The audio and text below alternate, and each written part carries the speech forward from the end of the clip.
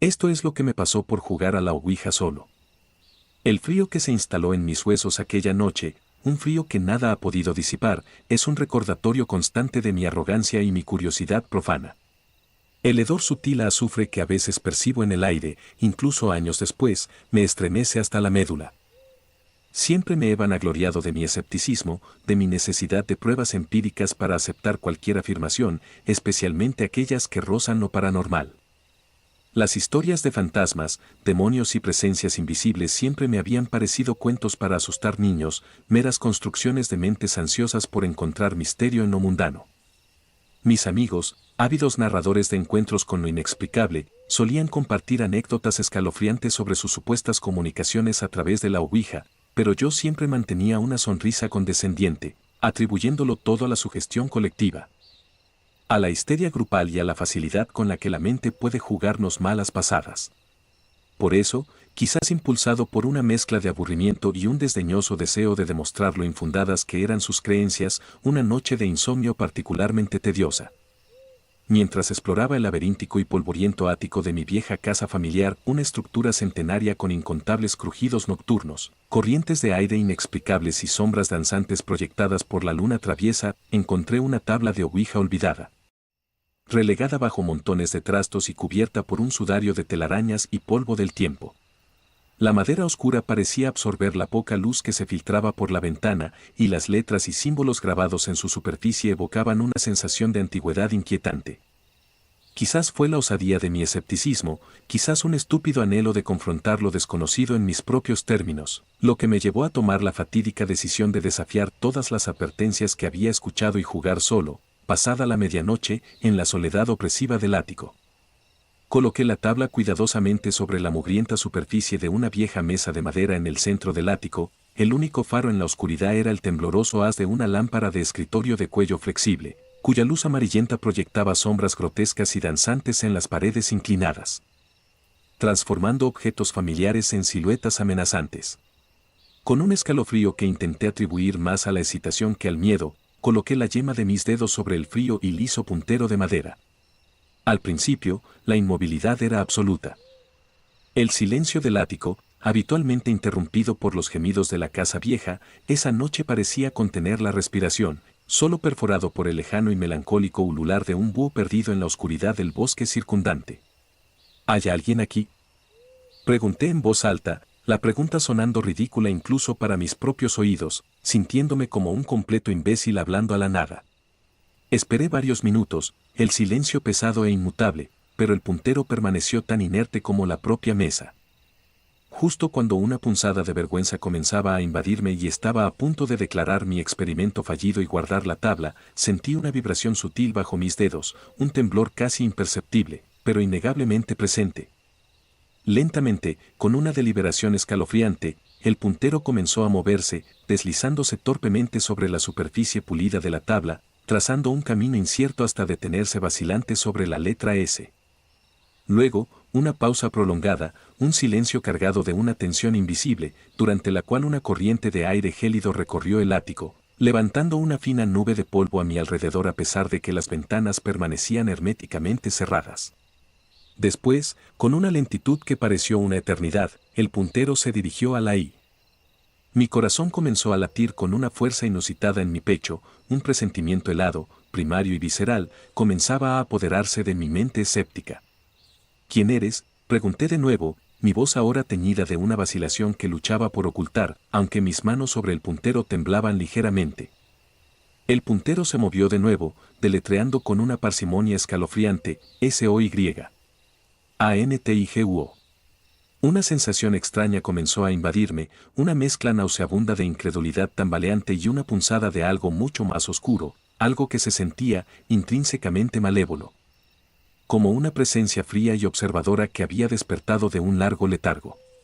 Las sombras proyectadas por la lámpara en las paredes parecieron profundizarse, retorciéndose y alargándose en formas grotescas y amenazantes que jugaban con los límites de mi percepción, y el aire se sintió significativamente más frío.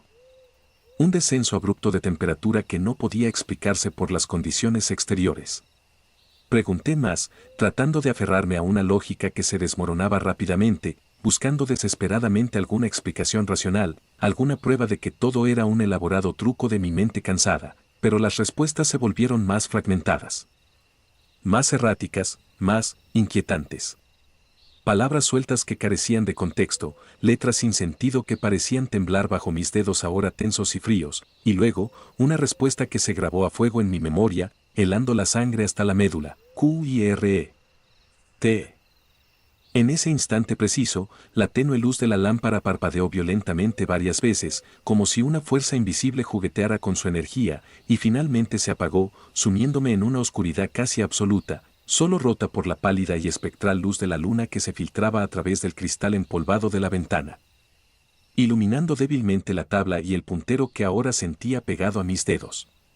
Un susurro frío, como el roce áspero de papel de lija contra la piel, pareció resonar justo a mi lado, tan cerca que sentí un escalofrío recorrer la nuca y los vellos de mis brazos se erizaron.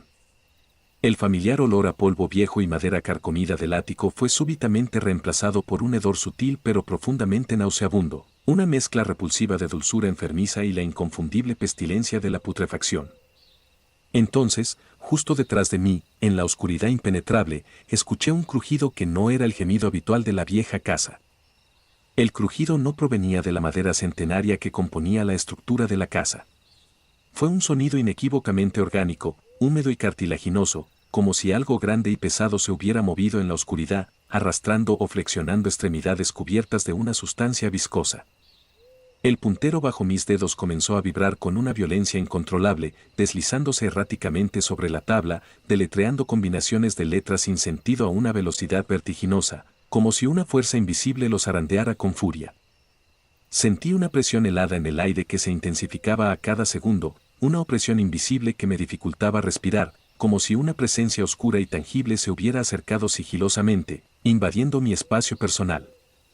De repente, una ráfaga de viento helado recorrió el ático, levantando nubes de polvo y finas telarañas que se enredaron en mi cabello y se pegaron a mi piel.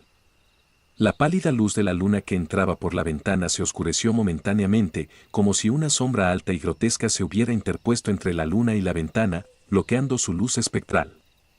Unos dedos huesudos y alargados, terminados en garras afiladas y amarillentas, aparecieron justo al lado de mis manos aferradas al puntero, sus uñas arañando la superficie de la tabla con un sonido chirriante y horripilante. El puntero se detuvo bruscamente sobre la letra M, y luego, con una fuerza inexplicable que sentí recorrer mis propios brazos, se elevó en el aire, flotando inmóvil justo delante de mis ojos en la oscuridad opresiva.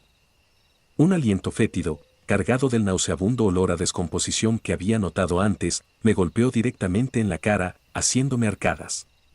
Y entonces, en la oscuridad que me envolvía, escuché una voz. No era un susurro fantasmal ni un gemido distante, sino un gruñido profundo y resonante que parecía emanar de las propias sombras que me rodeaban, una vibración gutural que parecía surgir de las profundidades de la tierra. Tú, me llamaste.